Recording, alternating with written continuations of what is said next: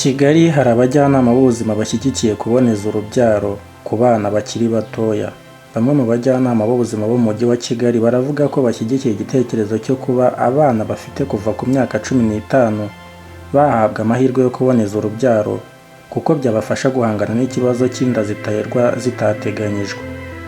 Abajyanama baravuga ibi mu gihe ubwiyongere bw'abangavu baterwa inda bukomeje kugaragazwa nka kimwe mu bibazo bihangayikishije umuryango nyarwanda. Imibare y'ikigo cy'igihugu cy'ibarurishamibare igaragaza ko mu mwaka ushize 2023 abangavu bafite imyaka iri hagati y'10 na 19 babyaye ari 19,406. Ni mu gihe mu mezi atandatu ya mbere 2024 abangavu batewe inda barenga 10,000 bakaba barimo abatarengeje imyaka 14 bagera kuri 50.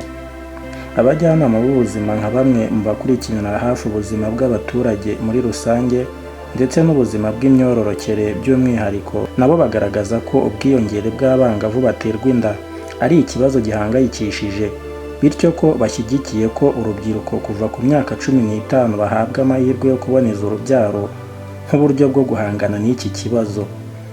Mbarubukeye Sylvestre, umujyanama w'ubuzima mu karere ka Nyarugenge, avuga ko umwana yemerewe kuboneza urubyaro byamufasha kwirinda gusama mu gihe yakoze imibonano mpuzabitsina idakingiye, bityo bikamuha amahirwe yo kwiga neza akiteza imbere. Yakomeje agira ati, ibyuko abana bakwemererwa kuboneza urubyaro nanjye ndabishyigikira kuko akenshi ubona abana batwara inda bagenda baba benshi uko bwije n'uko bukeye. Bonne Chance Dukundane nawe ni umujyanama w'ubuzima mu karere ka Nyarugenge, wavuga ko izindi gahunda zashyizweho zishishikariza abangavu ndetse n'ingimbi bigaragara ko budatanga umusaruro uko bikwiye, bikaba byaba byiza igitekerezo cyo kwemerera abana kuva ku myaka 15 kuboneza urubyaro gishyigikiwe kandi kikemerwa. Yongeyeho ati, habayeho no kwigisha abakobwa ngo batinyuke kuvuga oya, ariko se abakobwa bayivuga? Aho siho haba haravuye gutekereza ngo ariko oya ko itavugwa nk'uko bikwiye. Uwakwemerera abana kuboneza urubyaro byagenda gute? Arongera ati, kuboneza urubyaro ku rubyiruko ni byiza, impamvu nuko aba bana hari ibyo bifuza batabona kandi baba bashaka kubikora. Imibonano mpuzabitsina ni ngombwa rero kubashishikariza kuboneza urubyaro ndetse no mu muryango tukajya tubigisha. Abagize sosiyete sivile bamaze igihe basaba leta y'u Rwanda kwemera ko urubyiruko kuva ku myaka 15 bahabwa amahirwe yo kuboneza urubyaro. Umuryango Happy Family Rwanda urwanya ihohoterwa rishingiye ku gitsina ni umwe mu yemera ko urubyiruko kuva ku myaka 15 bahabwa ayo mahirwe. Kuva ku wa 4 tariki 10 Ukwakira 2024 uyu muryango wahuguye abajyanama b'ubuzima mu mujyi wa Kigali ndetse n'abandi bafite aho bahuriye n'ubuzima by'umwihariko bw'imyororokere hagamijwe gukumira inda ziterwa abana b'abangavu. Umuyobozi w'uyu muryango Nsengimana Rafiki Justin yavuze ko niba umwana w'umukobwa bibaye ngombwa ko kwifata byanze ndetse n'agakingirizo bikaba ngombwa ko atakibutse, gufata ibinini bituma adasama ari byiza kuko byagabanya ibyo byago byo gusama.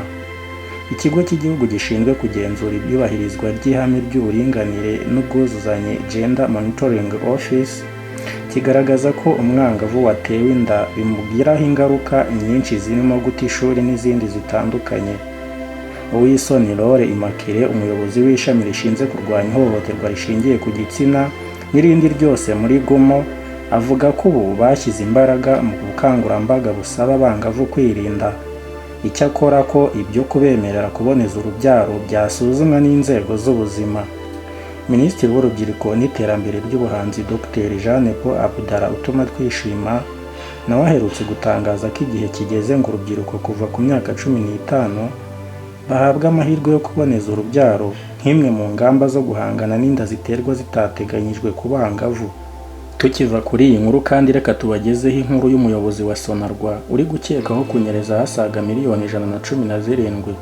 Umuyobozi mukuru wa sosiyete y'ubwishingizi y'u Rwanda Sonarwa General Insurance Lisi Kinyangiroro hamwe n'uwari umucungamutungo wa hoteli Mobilis Aisha Uwamahoro bari mu maboko y'ubugenzacyaha kuva ku itariki 2 Ukwakira 2024 aho bakurikiranweho kunyereza miliyoni 117. umuvugizi w'urwego rw'igihugu rw'ubugenzacyaha RIB Dr Murangira Thierry yabwiye itangazamakuru ko aba bombi bakurikiranweho kunyereza umutungo no gukoresha nabi umutungo ufitiye rubanda akamaro.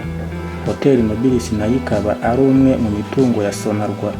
Kugeza ubu dosiye yabo yamaze kugezwa mu bushinjacyaha mu gihe iperereza rikomeje gukorwa. Reka tuve kuri iyi nkuru yo mu Rwanda tunyarukire no muri Sudani y'Epfo turebe uko byifashe. Muri Sudani y'Epfo rero ingabo z'u Rwanda zakoze umuganda zitera n'ibiti by'imbuto bitandukanye. Umuganda witabiriwe n'abagize itsinda ry'ingabo Rwanda Batayo ya mbere mu gitondo cyo kuri uyu wa mbere tariki ya 14 Ukwakira 2024. Umuganda witabiriwe n'abagize itsinda ry'ingabo Rwanda Batayo ya mbere mu gitondo cyo kuri uyu wa mbere tariki ya 14 Ukwakira.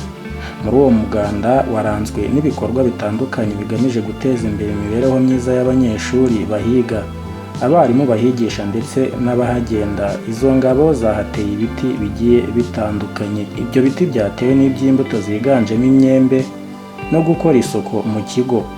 Ni umuganda kandi witabiriwe n'umutwe w'ingabo zirwanira mu kirere wa RAU Rwanda Aviation Unit. Ishuri ribanza rya Kapuri ryubatswe n'ingabo z'u Rwanda Rwanda Batayo ya mbere zari mu butumwa bw'amahoro bwa Loni muri Sudani y'Epfo mu mwaka wa 2014 rimurikwa ku mugaragaro muri 2015. Ishuri ribanza rya Kapuri ubu ryigamo abanyeshuri bagera kuri 500 bo mu mashuri y'incuke n'abanza. Iryo shuri riherereye ku birometero 16 mu burengerazuba bw'icyaro cy'ikigo cya Topping cya UN Mission mu karere ka Ruri, intara ya Jubek muri Sudani y'Epfo. Mu bihe bitandukanye kuva ishuri ryashyirwaho n'ingabo z'u Rwanda, hakozwe ibikorwa bitandukanye birimo kuhakorera umuganda, zatanze imipira y'umukino wa volleyball, zatanze ubuvuzi bw'ibanze, ibikoresho by'ishuri, gutera ibiti by'imbuto n'ibindi bigiye bitandukanye.